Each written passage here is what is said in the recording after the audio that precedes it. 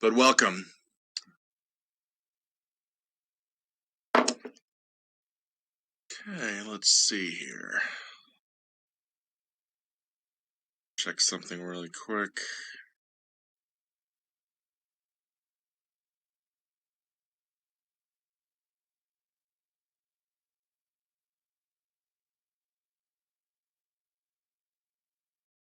All three of them, right? So, for hundreds of years in China, uh, you could be a Confucian, you could be a Buddhist, you could be a Taoist, you could be all three of them. Right? So now we're here in Taoism, which is like Confucianism, appeared around the same time in China in that tumultuous time. And in some ways, Taoism is a reaction to Confucianism, just like Buddhism was a reaction to Hinduism, right, in certain ways. Uh, so Taoism, it's one of the more confusing religions to interpret because it goes back to this famous book, the Tao Te Ching, okay, by Lao Tzu. There are many other Taoist pieces of literature or Taoist texts that are relied on by Taoists, but this is sort of the primary one, the first one. And it's, if you've ever tried to read it, and we'll read it a little bit, we haven't really done much reading of religious texts, but we'll read this a little bit, and you'll see that it's very open to interpretation, very difficult to grasp. Uh, there are indications that it was actually written for rulers. So in a way, it was trying to address the same problem that Confucianism was. But whereas Confucianism is very hands-on, right? We looked at this idea of deliberate tradition, where the rulers are going to try to implement all these traditions and rules and regulations to try to bind people together. Taoism says that it's much better to let things go with the flow, right? To let things take their natural course, to just follow the way of nature as it organically goes, as it organically grows, and organically flows. I'm not meaning to rhyme, but all those words just make sense. Taoism is based on the word Tao, which means the way, right? The way. And, just like in English, that's very ambiguous, right? The way can refer to a lot of different things. And indeed, in Taoism, it does. The way can refer to the correct way to rule as a ruler. And again, this text, the Tao Te Ching, was written for rulers. At least that seems to be the leading theory. So it can be about, well, what's the correct way to structure society? What's the right Tao to structure a society? Right? What's the right Tao for ruling? That can be what we mean by Tao. It can also just mean what's the correct way to be for an individual person, right? What's the Tao of life? What's the meaning of life in a way, right? What is the way to live your life? That can be the Tao. The Tao also refers to something much more metaphysical, the way of reality in itself, right? The way that things are, uh, the ultimate way, right? So the Tao, the word itself is open to interpretation, and we'll get into that a little bit. We'll probably focus on the more philosophical understanding of the Tao, right? Another thing I should say is you'll often see Taoism or the Tao spelled with a T, and that makes people want to say Taoism or Tao, but that's not really right. This is because of a translation issue from quite a while ago where we decided to use a T. It doesn't really make sense. So it's more common now to see it spelled with a D. Okay, but the textbook we're using has it with a T, so I'm just following that approach. But you should know that it's pronounced the Tao, and the religion is Taoism. Okay, so we have here a picture of nature, and nature is very important in Taoism as well. Because nature knows how to just do its thing, right? Nature is not controlling the way that maybe a Confucian approach to governing is, right? You're trying to intervene and make stuff happen, whereas nature has its own way, right? Its own Tao. It just sort of grows effortlessly, and when you go out to nature, you see this. It all just sort of shows up. Right? There's something about the way of reality that nature just gets expressed in the way that we see it. We see bodies of water flowing, right? The idea of a flow of water is very important in Taoism as well. right? Because you could sum up Taoism as the philosophy of going with the flow, right? That's that sort of a thing, or entering into a state of flow, as psychologists call it. These things are all related, right? I'll get into the actual slideshow itself soon. I just want to explain the picture, right? Nature is, well, that's one of the ways in which the Tao manifests itself in our experience. Right?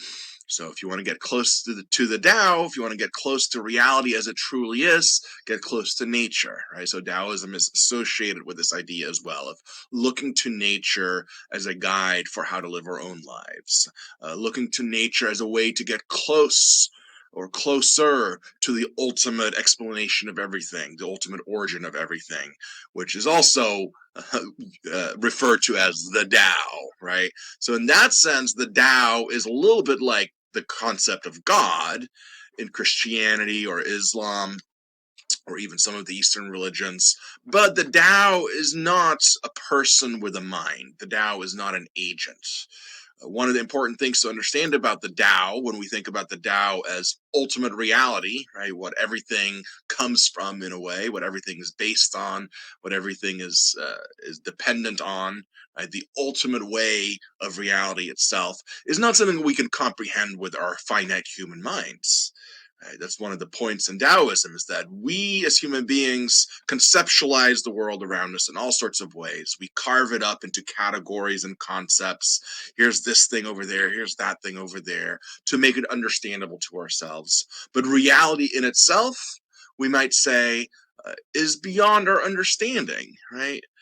We can't, I mean, even if we understand, for example, the universe with all the stars and galaxies and all that, we can't even quite comprehend that. We can look at a picture and say, oh, it's just like that, and it goes on for a very long time, perhaps forever. You can't even hold that image in your mind of the vast cosmos that's out there.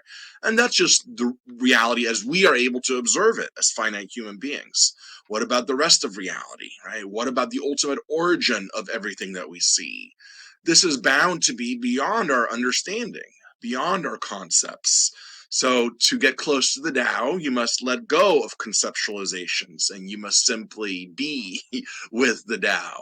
You maybe just experience it, but let go of concepts and categories. And so, for that reason, in Taoism, we don't say that the Tao is a being with a mind who created the world with intelligence. It's not like that, like it is in the Judeo-Christian Islamic tradition, where you have a creator God who's basically like an all-powerful, all-knowing, human-like being, right? Not with a body, but with a mind, a creative, intelligent mind who says to himself, you know, what would be great is if I made a universe and put human beings in it that can love me, but I'll give them free will, and if they don't want to love me, they don't have to, and I'll leave them alone.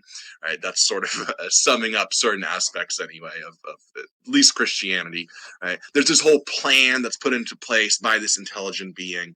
The Tao is not like that, because when you say all those things about God or about the origin of all of reality, you are conceptualizing things in a way that makes it understandable to you, but true reality as it is in itself is beyond our conceptual understanding. So to get close to it at all, you need to let go of concepts. And to say that the ultimate origin of everything is a being with a mind, you're just putting a concept on it, right? So that's a mistake. So in one way, it's like God, because God traditionally is the origin of all this reality that we see. Tao is like that too. Tao, the ultimate Tao, is like that. It's whatever, everything that we see around us is dependent on, right? It must be dependent on something, because everything depends on something else, but there must be something that just exists without depending on anything else, some ultimate principle that everything came from. That's the Tao. It's just that in Taoism, the claim is made that this is not something we can really understand or wrap our minds around. So we're not going to say, oh, that's a being with a mind like us, right? That's too convenient of a category to just try to just project into this unknowable mystery that is the Tao. Okay. We also have the yin and yang sign here, right? That's famous. Everyone's seen that at some point. It's a symbol of Taoism. It tells us that the way of reality, the Tao, includes both the dark and the lights, right? It includes good and evil. It includes opposites. Opposites all spring from the same source, from the Tao. These are all part of the Tao. These are all part of the way in which the Tao manifests itself, right? And there's darkness within the light, and there's light within the darkness.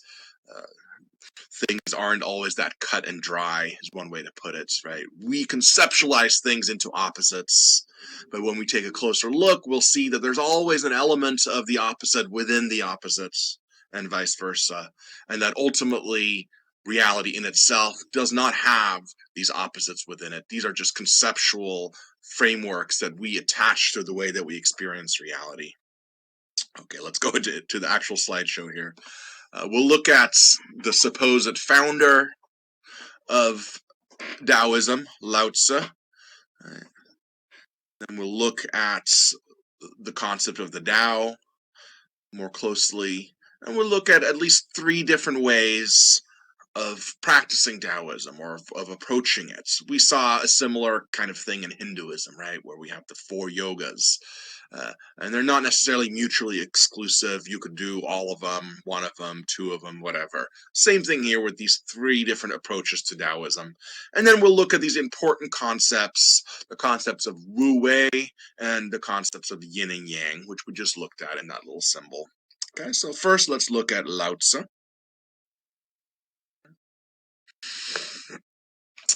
As usual, right, the founders of religions over time will start getting revered as some sort of god, right? Um, uh, we could think of Lao Tzu as just an ordinary human being. We again have the same problem as we did for Confucius and for Buddha, is that we are mostly reliant on later traditions for our historical understanding. So we have to take all this with a grain of salt when it comes to actual history, right? But the tradition says Lao Tzu wrote this book, the Tao Te Ching, which I held up over here, right? Tao Te Ching means the way and its power, right? The way and its power. So the way of reality, and the power that it has. It's a little bit like the Force in Star Wars, right? There's a energy that is throughout the entire cosmos, throughout the entire universe, that flows through you, and there's ways of tapping into that energy. That's part of Taoism, right? Part of it's tapping into the energy of the Tao.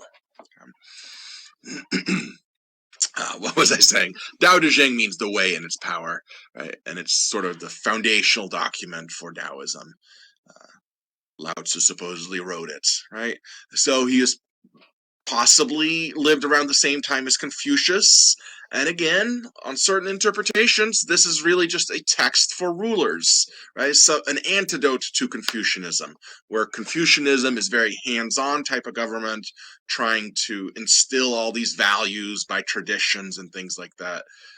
Taoism says it's better to just let things take their natural course. Don't intervene too much. Okay. But Lao Tzu was not like Confucius, right? Confucius uh, was involved in politics, and he tried to come up with this system to to to help the situation in China at the time. He was not like that. He didn't mean to start a religious movement. He wasn't like Buddha, who had a mission. It wasn't like that. He's more of this sort of wandering sage type, like a wandering philosopher who has great ideas. Then it just sort of happens by accident.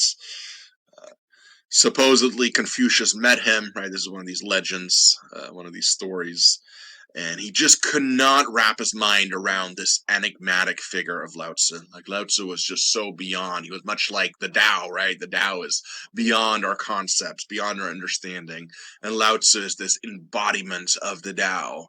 And Confucius could not understand him, and all he could say is he's like a dragon or something, like some mythical being. He's not like anything else that I've encountered. So in that way, Lao Tzu, this point of that story, of course, and all these stories are supposed to have points, is that Lao Tzu embodies the Tao in that way. The Tao is beyond understanding, and you're supposed to go with the way of reality, go with the flow. And in doing that, you yourself become less categorizable, less conceptualizable, right? Beyond understanding. Now, there were other Taoist philosophers later on, right, who wrote their own texts. So Xuanzu is a very famous one as well. And this is more for everyday people, whereas that book is more for rulers, supposedly. This is more for everyday life. Also very important. And there's lots of other texts as well. We're going to focus on the Tao Te Ching because it's the most important one. So Lao Tzu. And first, let's talk about the Tao a little bit more. Let's read a little bit from the Tao Te Ching so that you get a flavor for how difficult it is to unpack this and how possible it is to get many different interpretations out of it. And this is a problem that we see in all religious traditions. When you have a text that was written at a particular time for a particular audience with a particular intention, when it was perhaps clear what the words meant, but then later on, you're in a different cultural context, a different time of history, and we try to figure out the meaning, and it's just so hard for us, right? So textual analysis, textual criticism, people who study texts, a big part of their job is to try to understand the culture and the time that produced this text. It's so essential to understanding what is meant, right? So you can look at something like the Bible in the same way. There's a lot of different interpretations of the texts that we find within the Old and the New Testaments.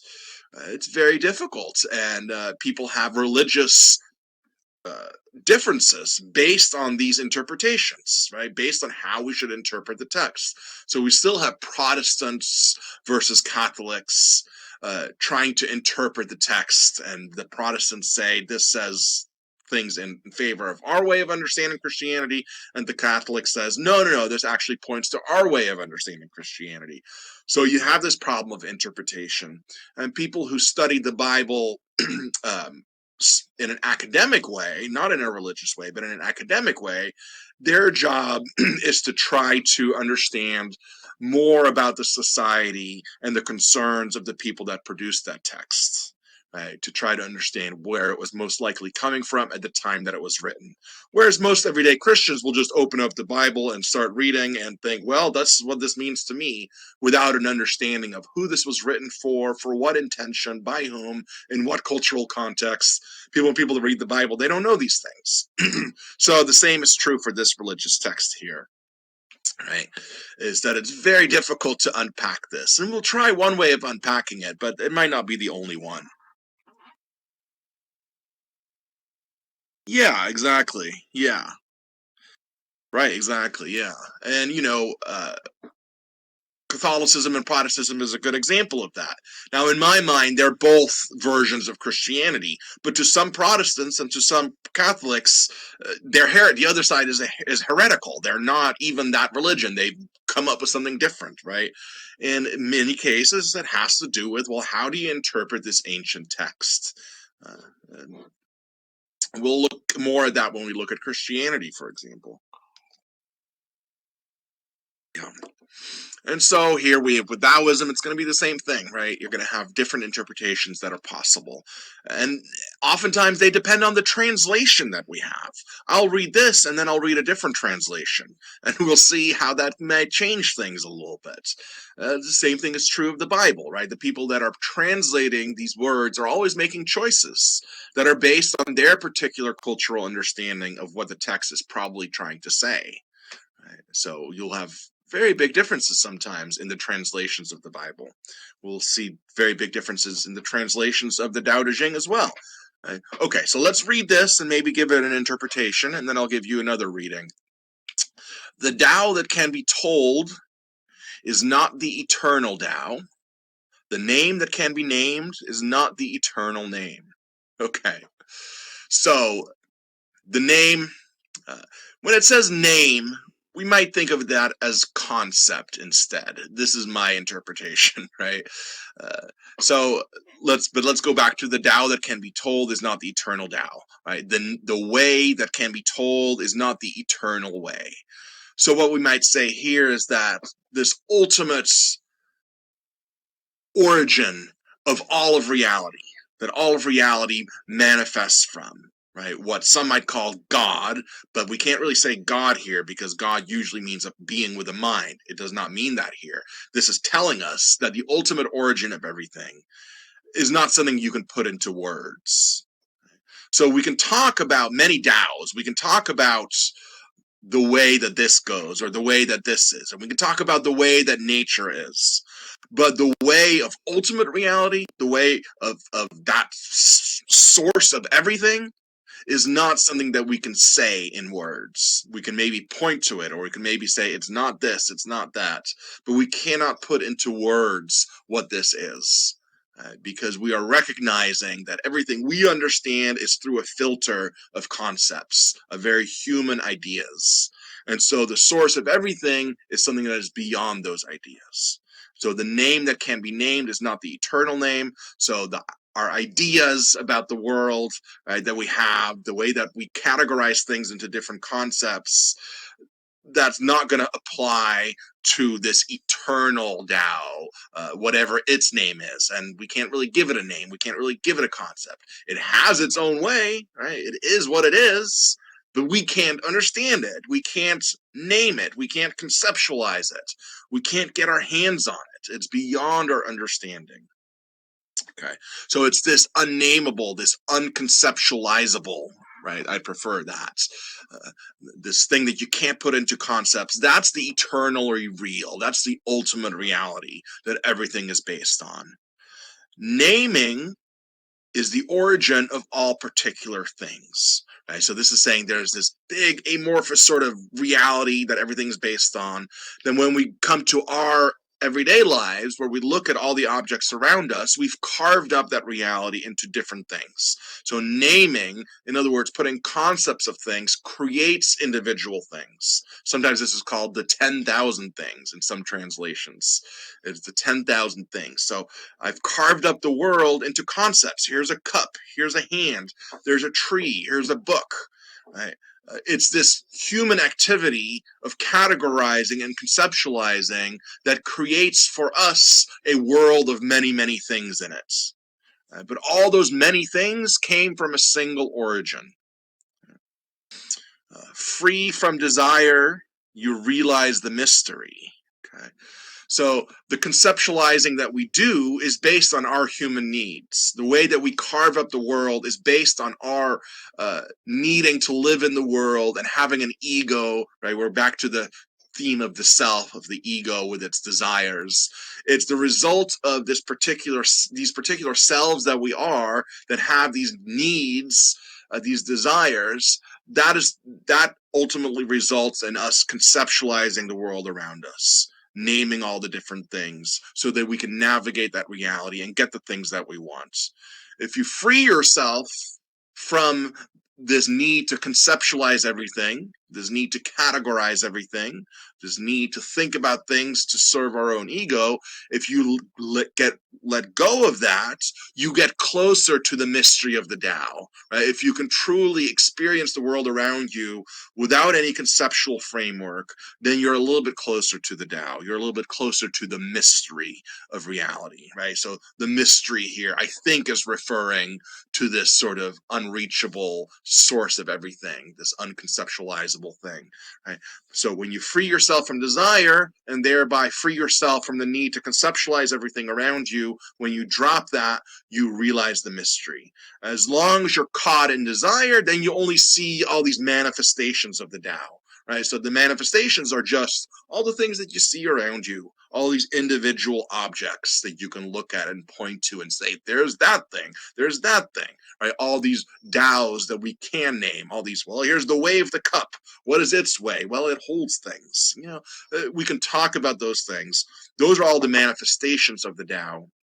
And again, that's a result of us conceptualizing the world around us because we are these desiring egos. And the more you can let go of that, the more you let go of concepts, the closer you get to Tao, right? And you don't just see the individual manifestations anymore, you get closer to the actual origin of everything. Yet mystery and manifestations arise from the same source. The source is called darkness, right? So mystery, right, I was saying, refers to sort of our experience of the Tao, something like that. But again, you already start to see interpretive problems, right? How I'm trying to interpret this as best as I can, and this is just one way to try to understand it. Mystery and manifestations, right? So these 1,000 things around us, the 10,000 things, all the manifestations, and then our sort of uh, experience of getting closer to the Tao, this experience of mystery, because mystery is something that's subjective, right? It's something that we feel. So I'm interpreting this here as the mystery being the more you let go of these concepts, the farther away you get from the 10,000 things, the closer you get to the Tao, the ultimate Tao, you have a sense of mystery. Well, that mystery itself and all these manifestations, they all come from the same thing. And here the translation says this source is called darkness. It's an interpretive translation, right? What does that mean? Well, I don't think it really means dark, like evil or scary or anything like that. It probably just means something like it's darkness to us, right? We again cannot quite get it, right? Even when we get closer to the Tao, when we have this experience of a profound mystery where we're kind of getting it or we're at least feeling it, that's still not the Tao itself, right? The Tao itself is sort of always to us formless, like we can't quite conceptualize it. In some traditions or in some interpretations, we can even say that the Tao is emptiness. Emptiness is an important concept in Taoism, right? When you think about the cup, what is the way of the cup? It works because of the empty space within it, right? That's what makes the cup work. We think that things only work by their positive presence, but no, sometimes it's the emptiness itself that allows for things to exist. So that's one interpretation as well, that the Tao is ultimately just a kind of emptiness, and emptiness allows for things to exist. So things manifest out of that emptiness. That's one interpretation. So if we think of that, we can call that darkness, emptiness, void, something like that. At the very least, not something that we can really put a concept to. I mean, notice you can't really picture nothingness, can you? You can't really know what that's like. You can picture empty space, but that's still something, right? True nothingness, true absence is not something you can wrap your mind around. So maybe that's just what the Tao is, right? It's just that uh, nothingness allows for things to happen. Okay, yet another interpretation, right? The source is called darkness. Darkness within darkness, the gateway to all understanding, right? So it's we have our work cut out for us for trying to understand this. My way of understanding this is very much based on a similar way of looking at reality by the philosopher Immanuel Kant, a famous philosopher from the 19th century. Not 19th century. Earlier than that. He died in the 19th century, but lived in the 18th century. Let me see. When was his birthday? I should know my Kant better. My dates. Anyway, it doesn't really matter. A couple hundred years at least, right? Immanuel Kant, he famously drew a distinction between the noumenal world and the phenomenal world. The phenomenal world is just our everyday world, our world of experience. The noumenal world is reality as it truly is in itself, apart from our experience. And Kant pointed out that for us human beings, we only ever experience the phenomenal world, and the phenomenal world is partly created by our own mind's categories and concepts. Things like space and time, for example, right? We must experience things in space and time. We experience three-dimensional objects along a timeline as a fourth dimension. These are things that the mind is actively putting into our experience.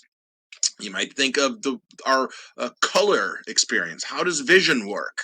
Is there really redness out there in that object? No, there's just an object with a particular surface that reflects lights. Those light waves bounce into your eyeball through these tiny little holes, right?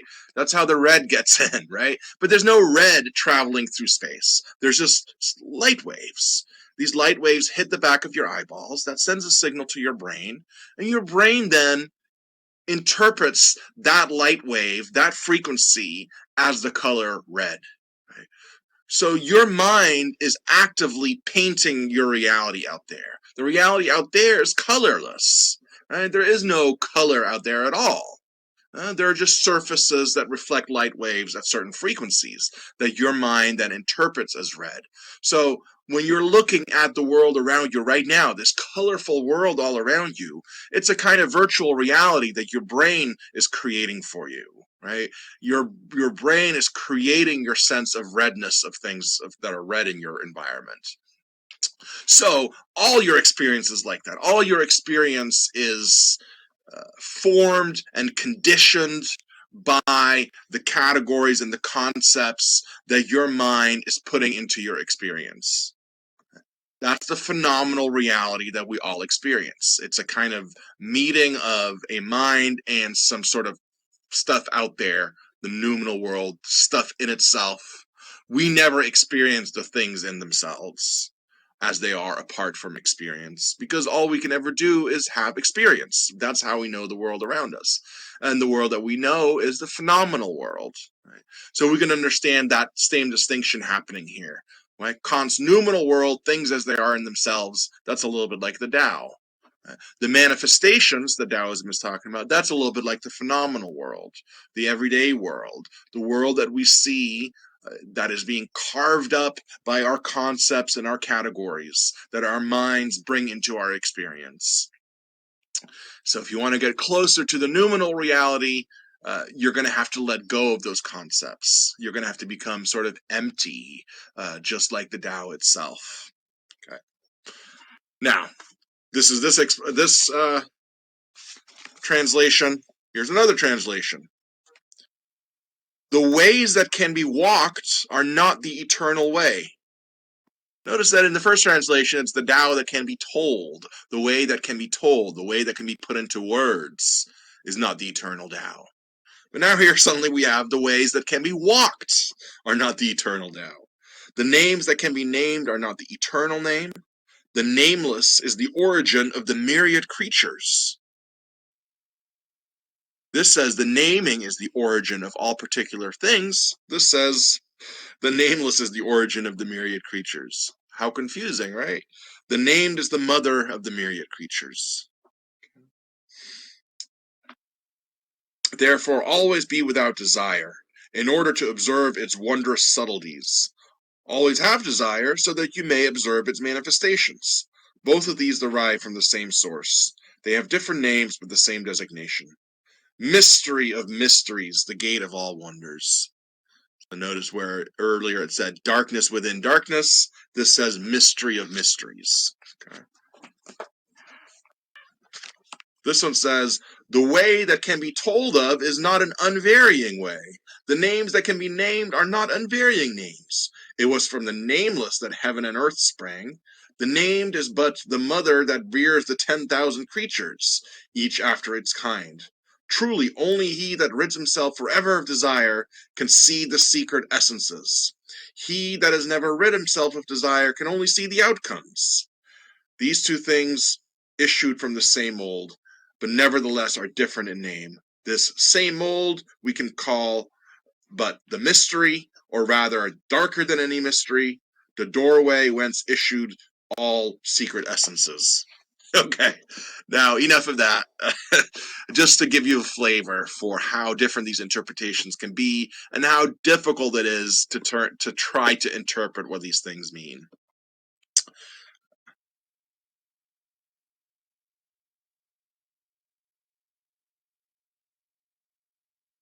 Okay, I set an alarm for myself so that I would remember to give you half of the quiz code. Okay, you ready? Half of the quiz code right here. The first half of this week's quiz code is 2-5.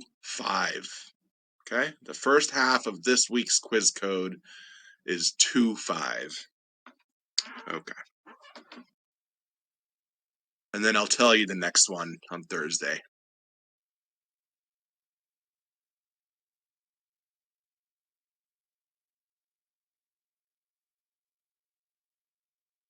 Right, so the Tao means the way or the path, or even the road. These are all different ways of translating it, different ways, right? And we can apply this concept of the Tao on at least three different levels. We can talk about the way of human life, and so that can mean, just what should your Tao be?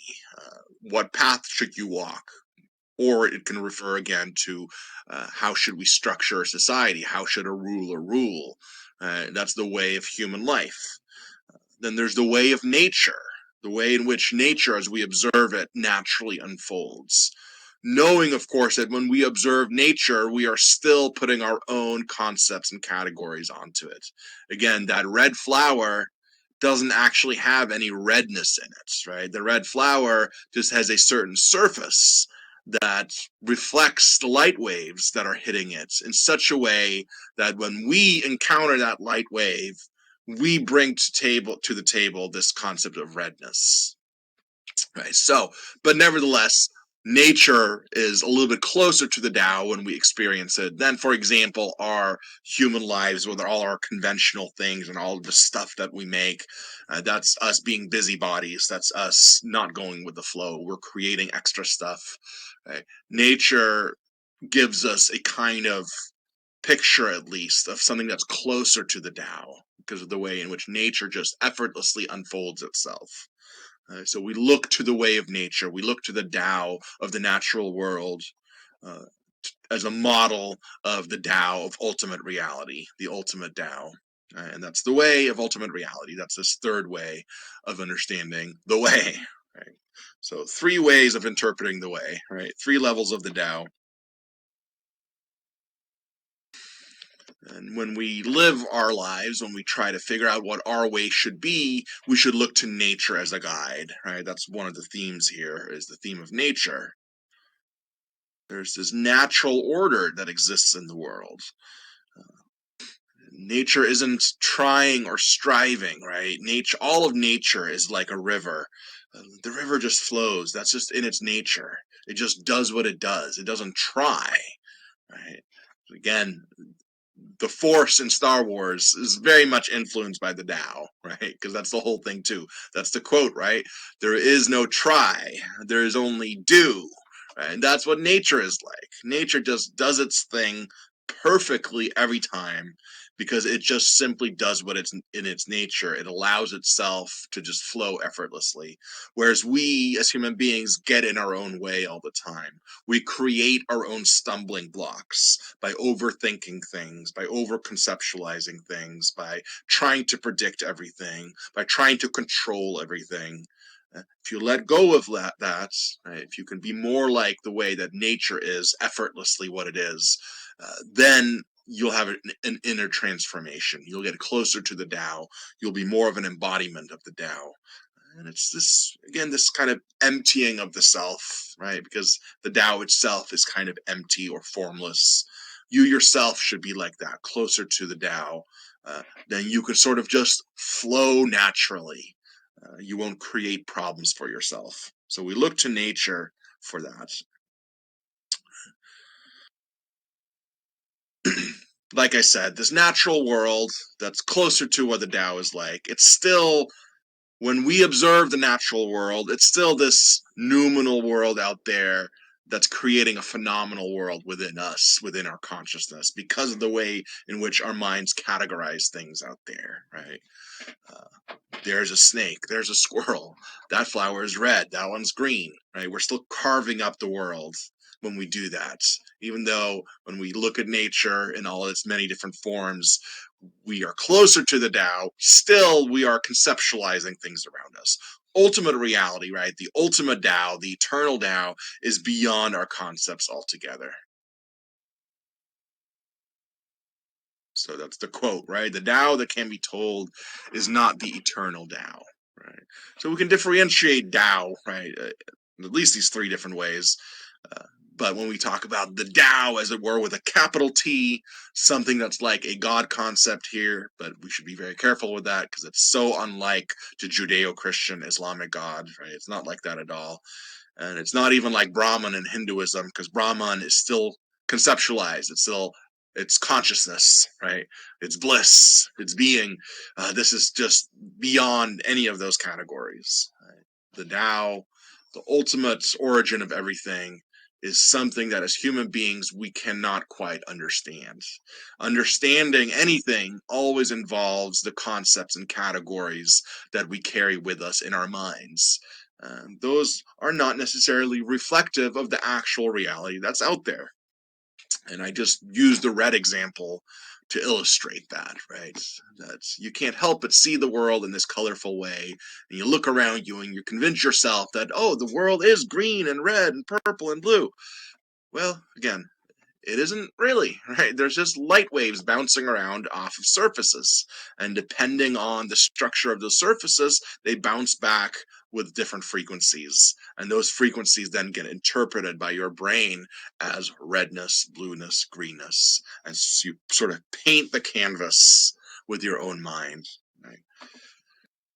The Tao itself, we can't quite reach it in that way. We can't understand it. Understanding, perceiving, these always involve human concepts and human categories.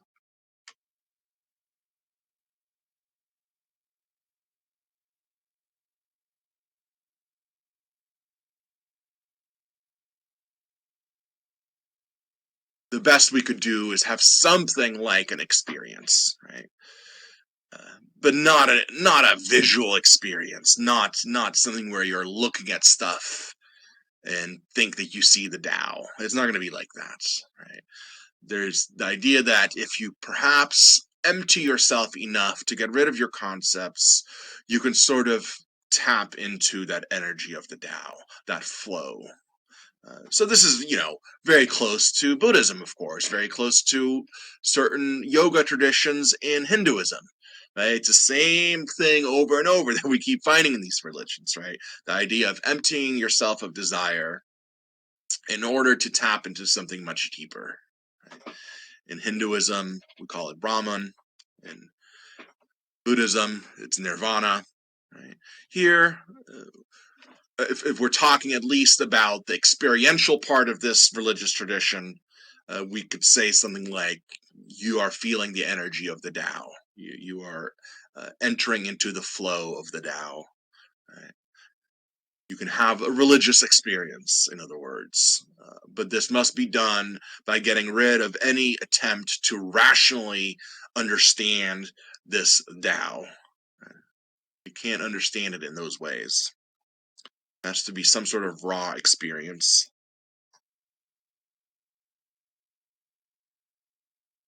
Let's see. We started at 11:30. Okay, were there any questions about this concept of the Tao? Of course, I can't really tell you much about the Tao, right? I'm not supposed to. I can just say what it's not.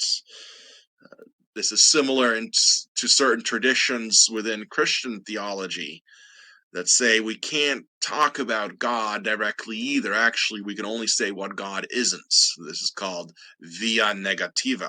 Right? It's a theological approach. For most people, that's not going to fly, right? Most everyday Christians believe in a personal God with a mind, and lots of things we can say about God. God loves us. God created the world, right? We can say all sorts of positive things about God. But some theologians have disagreed. Some theologians have said that God should be thought of more of like the Tao. God is so beyond our finite human understanding that to put any kind of label on God is a mistake. Right? So I've said that Taoism is different from Christianity in that sense, and I'm talking about mainstream Christianity, right? Mainstream Islam. Most everyday worshippers believe that they are worshiping a being with a mind who created them with a plan and a meaning of life, who perhaps loves them, right? Who there might be intentions that this being has. Those are all attempts to conceptualize the divine, right? To put it into our categories in the ways that we can understand it. Some Christian theologians have argued against that. They have said that no, really, we should be thinking of God as something much more mysterious, much more like the Tao. Okay. No questions or comments?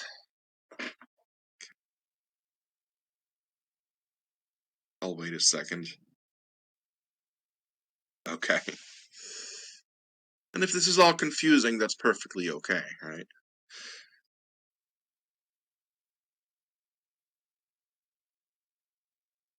So I've brought up this problem of interpretation, and along with that, we have how do we actually live Taoism, right? And there's at least three different ways to do that.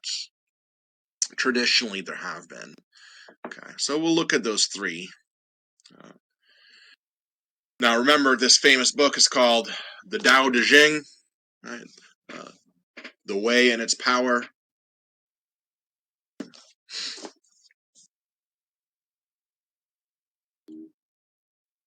And another translation.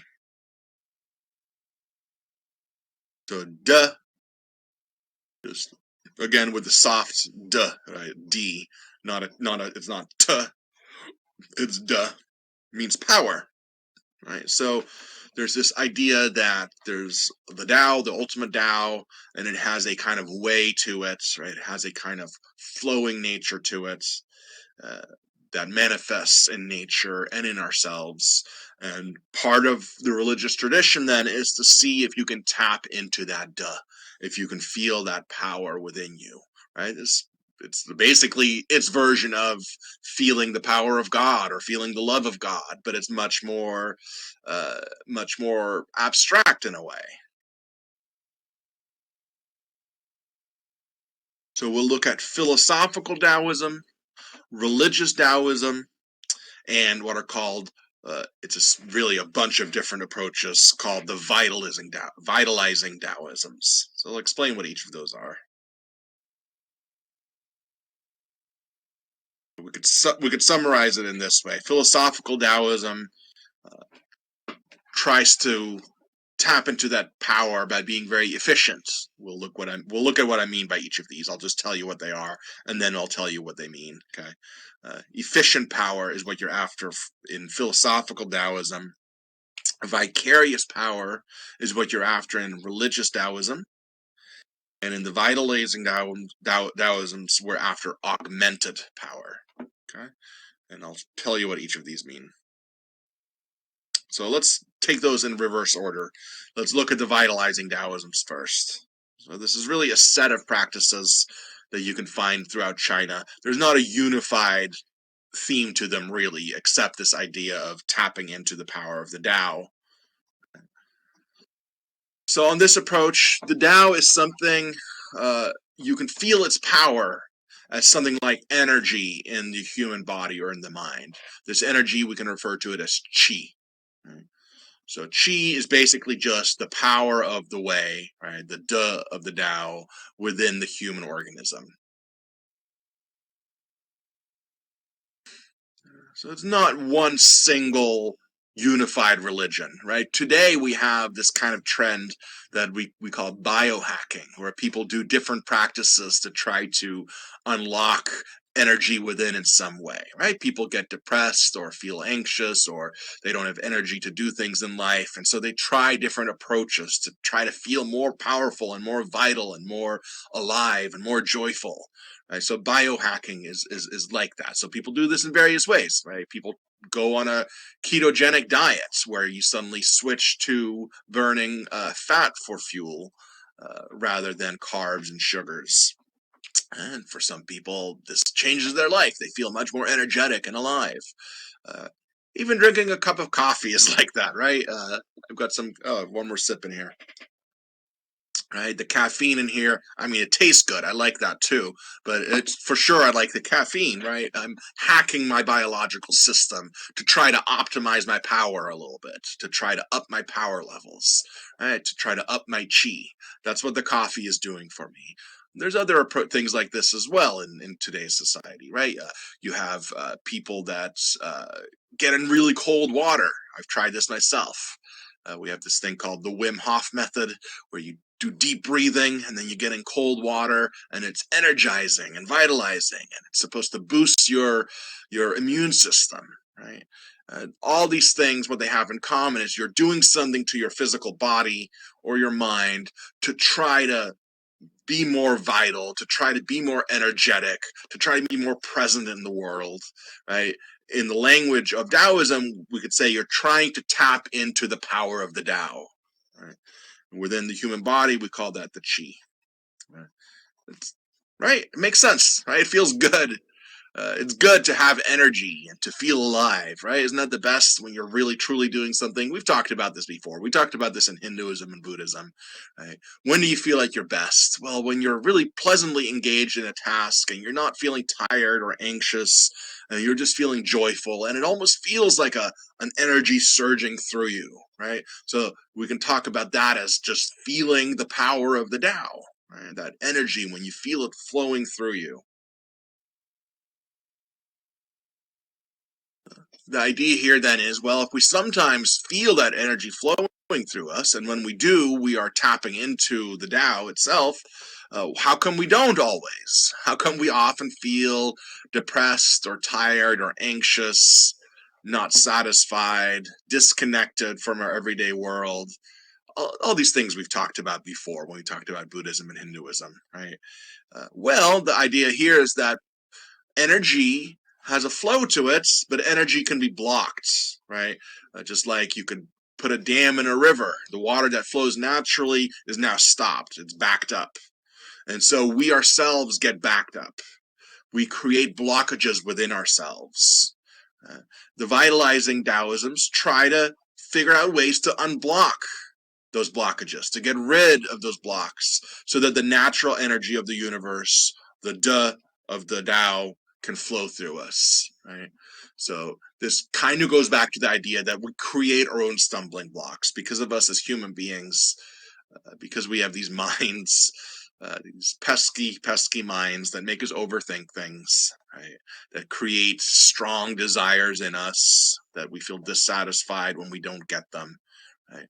Well, we create blockages within ourselves. And by practicing Taoism, at least this approach to Taoism, the point is to try to unblock that so you can feel naturally energetic, feel the Tao flowing through you. Right? And this hits home psychologically, right? This is in psychology. We have this theory of human motivation called optimal arousal theory, right? That human beings are constantly trying to find that sweet spot between boredom, blah, kind of ennui, existential ennui kind of feeling on the one hand, where you're just understimulated, and this sort of anxiety, fear, where you're overstimulated, but not in a good way, right? It feels kind of cramped and tight when you feel anxious. We want to find the sweet spot between the two, right? We just want to feel pleasantly engaged in the moment, right? That's what we're all after, ultimately. And optimal arousal theory says that all our human actions we're trying to find that in some desperate way. And vitalizing Taoism agrees with that. That's what we're after, and that's what we should do. And you can do this through all sorts of ways, right? So foods and herbs, this is where we get a lot of traditional Chinese medicine, right? It's often abbreviated as TCM. Right? Traditional Chinese medicine has a long history and tradition to it. So certain foods and herbs might give you that power, that energy, right? Here's mine, right?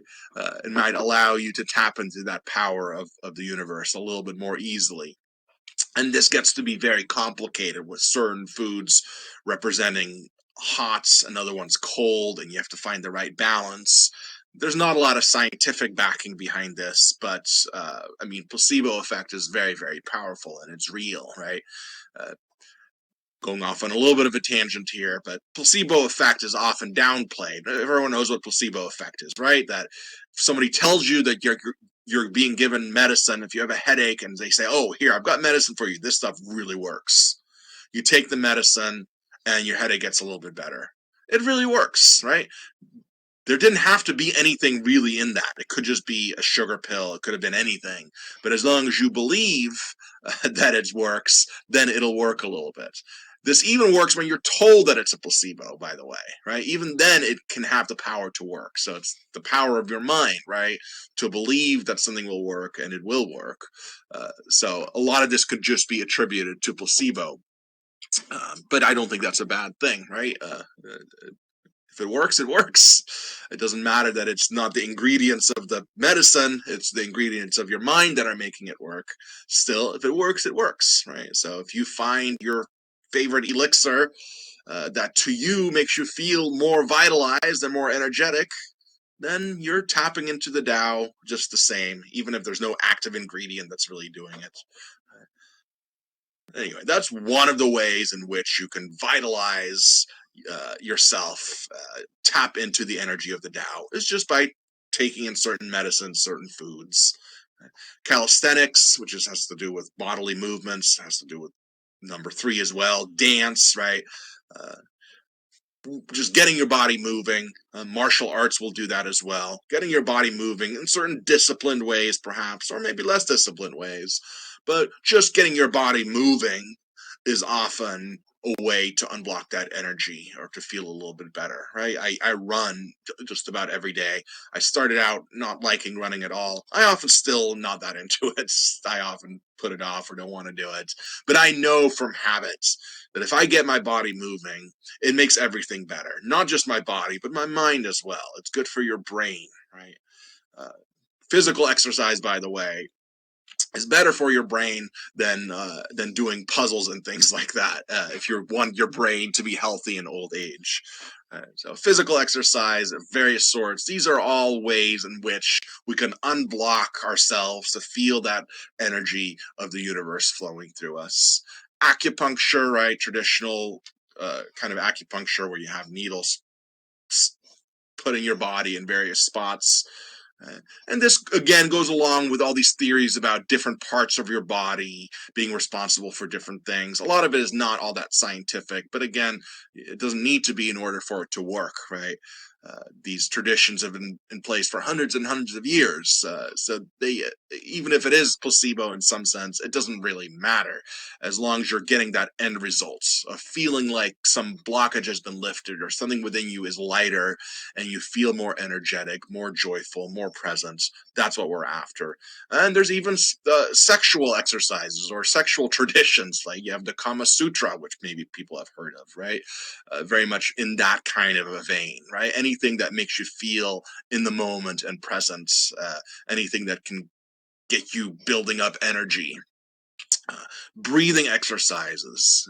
Breathing exercises come up again and again in these different Eastern religions, right? So it can just be meditation, but it can also be deep breathing. I told you a minute ago about the Wim Hof method. Wim Hof is this Dutch guy who broke all these records for getting into ice cold water. He teaches this particular way of doing it, and he didn't invent this at all. He got this from these Chinese traditions in Taoism, these deep breathing exercises. And I think I had you do this once already, right? You could try this sometimes if you're feeling down or like lethargic. Even just 10 deep breaths in and out. I feel silly doing that in front of you, but it can have this sort of tingling effect throughout your body, right? That can at least temporarily unblock things a little bit or make you feel a little bit different, a little bit more up, right? That's the whole point. And of course, various forms of meditation do this as well. Because all of this is talking about, in many ways, the same thing that we're after in Hinduism, the same thing that we're after in Buddhism, is what we're after here. It's some sort of transformation of your conscious experience of the everyday world, right? Something that makes it more positive, more engaging, something that makes you feel more connected, more joyful. That's what we're after here.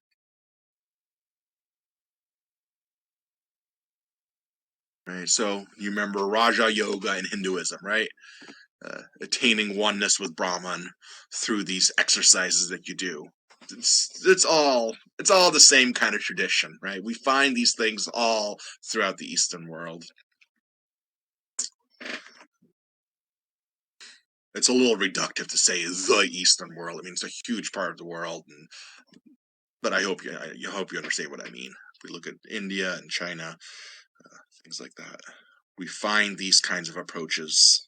And we find them in the West too. Like I said, there's biohacking, all these different ways of optimizing your energy levels, uh, we love doing this in the West as well, right? There's all sorts of self help books or cults and movements you can join that are all trying to teach you how to do the same thing, right? Now, meditation, right, to go back to that, right, this is a very direct way in which you can work with all the concepts that we talked about, the concepts that get in the way, right, that get in the way of the way, right? For one, because it clutters our view of the mystery behind everything, because we're constantly conceptualizing things, and it's only by not conceptualizing things that you can attain the mystery, as we were talking about earlier. Uh, well, we can experience ourselves as pure consciousness. This is very much like realizing your Atman nature in Hinduism. And that can feel and have kind of an experience as a returning to the Tao, to being itself, or to the ultimate origin of being. So in meditation, you can get closer to the Tao, and by unblocking not necessarily physical blockages, you can unblock the mental blockages, all the various concepts and desires and expectations and fears, all these things that just create problems in our life because of the activity of the mind.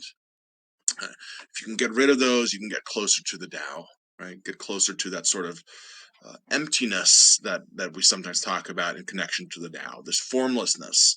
Again, in meditation, if you can actually succeed in this experiencing the state of consciousness without thoughts in it, it's just a sort of pure empty consciousness, no thoughts in it. The consciousness is there, but there are no particular thoughts in it. Okay? That's closer to what the Tao itself is.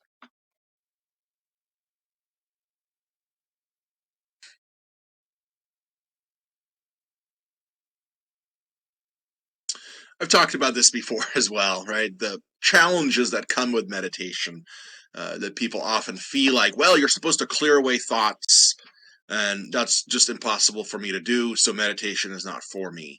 Or you try to forcefully get thoughts away, get them out, get them out.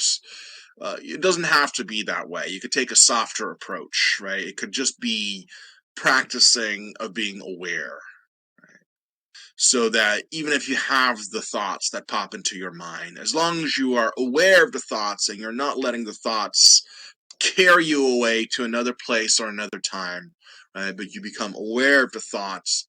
You're again doing that sort of distancing between yourself as pure consciousness and then these thoughts that are just sort of flowing, right? And they're out here. The thoughts are not within that pure consciousness, that pure awareness, what in Hinduism would be your Atman nature. Right. So you create a kind of a sense of spaciousness within your conscious experience by simply becoming aware. So you don't have to uh, push away thoughts. You simply are aware in meditation. And, and in leaning into that simple awareness, you create a calm and a sense of spaciousness within your own mind. So it doesn't feel like this small little area with all this stuff bouncing around like crazy, right? You watch the stuff bouncing around like crazy. And by creating a sense of distance, things calm down a little bit. That's all you really need. You do not need to push away all your thoughts, right? You just need to become more aware. And the more you do that over time, the easier it gets.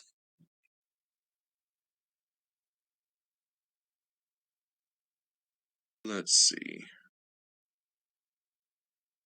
I want to do a little bit more. Yeah, I'll do a little bit more. Religious Taoism. Okay. So, vitalizing Taoism, right? It's augmenting uh, power, right? You're trying to optimize the power within. You're trying to get more of it, as it were, more than that what's already there, by doing things, by making it happen. Religious Taoism leans into all the religious practices that we find in China. Remember, just like in Confucianism, Confucianism often gets combined with religious traditions that have been around for a very long time. Right? Same thing happens with Taoism. So Taoism gets connected to all these popular religions that have already existed. And this is one of the more popular versions of Taoism that you'll find. So if you go to China, a lot of it will be this religious Taoism. Now, philosophical Taoism, as we'll look at it in a second, it's all about being efficient about getting that power, right? You have a certain amount of energy within you. All you really need to do is learn how to get out of the way and let it happen in the most efficient way. So you just optimize what you already have. And as we just saw, vitalizing Taoism tries to maximize, tries to get more power, more energy flowing through you. Religious Taoism takes a different approach. Not everyone can do this, right? Not everyone can take the philosophical Taoism approach, a very sort of intellectual, meditative practice. Vitalizing Taoisms take time. Where you're going to find time to do all these practices, right? Not everyone has the time or mental energy to get into those ways of getting power. So a religious approach is preferable for a lot of people because life is busy and full of challenges, right? So a religious approach makes it a little bit easier because basically you're getting power from the gods, is the way in which religious Taoism approaches the question of how to get power, right? Um, So religious Taoism adopts magic practices, right? It really leans into the supernatural aspect. And this is why sometimes it's called vicarious power, right? You're getting power by your connection to the divine. Not directly the Tao, right? But these embodiments of the Tao, which are all the deities that exist and that are worshipped already, right? So there's a way in which, again, it's being combined. This big sort of Tao thing, whatever the Tao is, has these manifestations. Some of these manifestations are divine beings. And if you get in touch with these divine beings, then they will give you more of that power. Right? They will augment the power that you already have. So in a way, I'm using the word augment, which I also used for the previous one, so maybe that's the wrong word to use. But it is still the same kind of thing, right? Because rather than doing physical exercises to get more power, you're tapping into the divine to get more power. We call it vicarious because you're getting it through another being, right? Uh, and so it involves worship of deities, but also all sorts of magic practices, what we'll call magic in quotes, right? We have these things in the US as well, right? People get into all sorts of stuff. People believe in psychics, people believe in palm readers, clairvoyance, exorcists, telepathy, remote viewing, faith healing. These are all popular approaches to solving life problems in the United States, and they all involve supernatural beliefs, right? Beliefs in supernatural abilities. So I'm just saying, again, there's a lot more in common. Sometimes we want to say, oh, these are occult Eastern practices. Weird, what they're up to. But we do the exact same thing here. Not the exact same thing, but very close to the same thing. So the power of the Tao, you can see this in this miraculous intervention, which again, miraculous intervention is the idea that there are supernatural agents or minds that exist in a different realm from ours, but they can sort of poke in and make things happen here, right? So in Christianity, that would just be you ask God for something and God grants your prayer. God intervenes in history, makes something happen for you because you asked him nicely, right? So that's what we're talking about here. A miraculous intervention is just a supernatural agent. And again, an agent is a being with a mind and a will and an intelligence.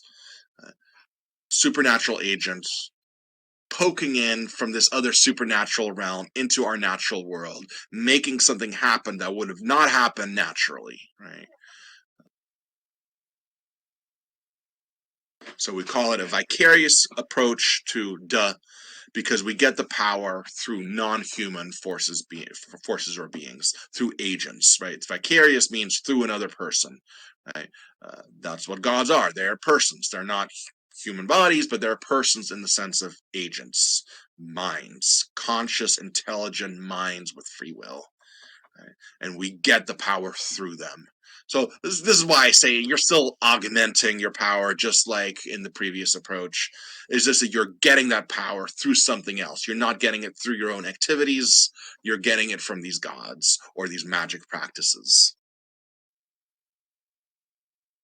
So it's very polytheistic. There's lots of different gods, and even Lao Tzu himself gets to be revered as a kind of a god, a personification of the Tao, right? Which we saw in that legend of Confucius meeting him and not being able to understand him, comparing him to a dragon, because Lao Tzu was such an embodiment of the Tao that he himself was sort of formless and beyond conceptual understanding.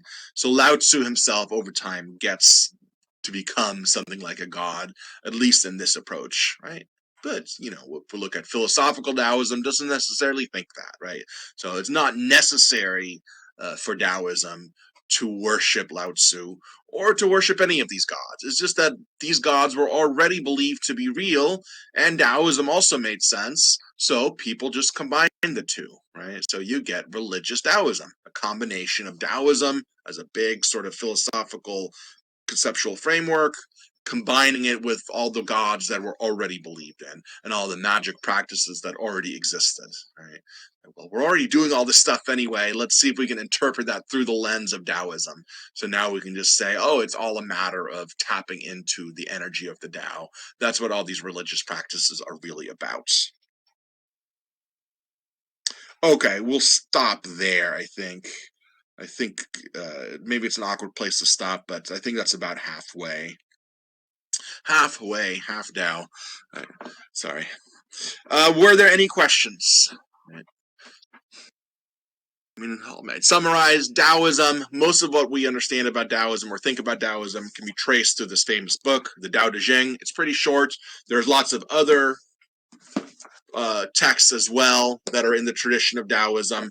Of central importance in Taoism is the concept of the Tao, which has many different interpretations, and it's very difficult to say what it is. On one interpretation, at least, it means something like the ultimate origin of all reality that exists beyond our conceptual understanding. Right?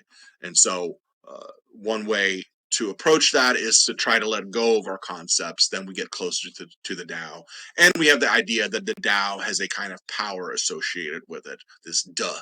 And part of the religious practice of Taoism is to tap into that duh, into that power, into that natural energy that flows through everything, that binds everything together, like the Force in Star Wars, right? It's to tap into that. You can do that by physical exercises of various sorts, food, acupuncture, whatever, or you can do that by religious practices like worshiping gods or getting into magic practices. These are two different ways. Next time we'll look at philosophical Taoism, which is yet another approach of trying to maximize or trying to get the duh flowing through you. Okay, we'll stop there. Thanks, everyone. I'll stick around